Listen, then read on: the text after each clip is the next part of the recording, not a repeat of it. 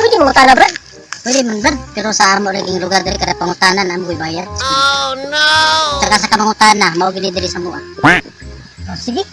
Bayad lang po.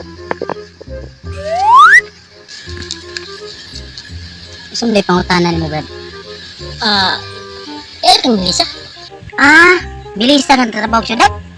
Kaya naman. Asa galing nila, Brad? Kadahan ng pangutanan ni mo. Mayan lang ko, Brad. Asa galing nila, Brad? Lugsong ka diha. May mangga. May balay diha. Mauna lang nila, Brad. Katulunan ng pangutanan ni mo, Brad. Mayan lang ko, ali, Brad. Muna lang nila, Brad. Dili. Ang luyo, anak. Mau ila. Unya, naasya ka ron.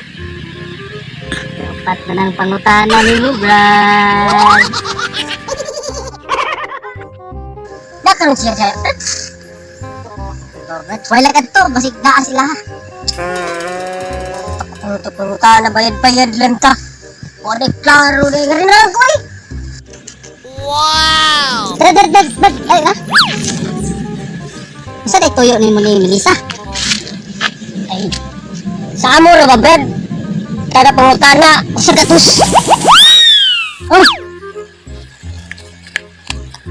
Saan ay tuyo ni mo ni Melissa? Importante kayo, Brad. Di pangita siya sa akong amo. Unsa ka importante yun? Sa amo na ba, Brad? Kada pangutana, sa gatos. Kaduhan na namin mong pangutana, Brad. Wow, sang nampak ka.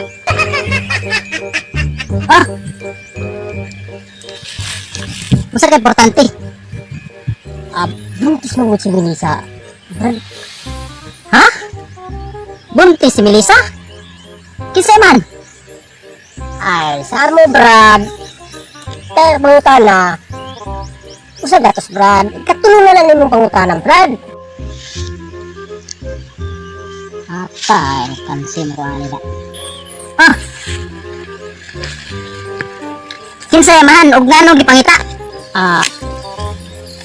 Anak sa akong amo, Brad, ang amahan sa gisabak ni Melissa. Gipapangita na ako siya tungkol kay pakaslan siya. Sige, Brad. Salamat, Brad, ato sa Brad, ha?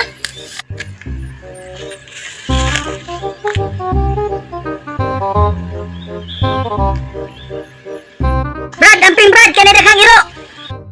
Kumo? Bayad.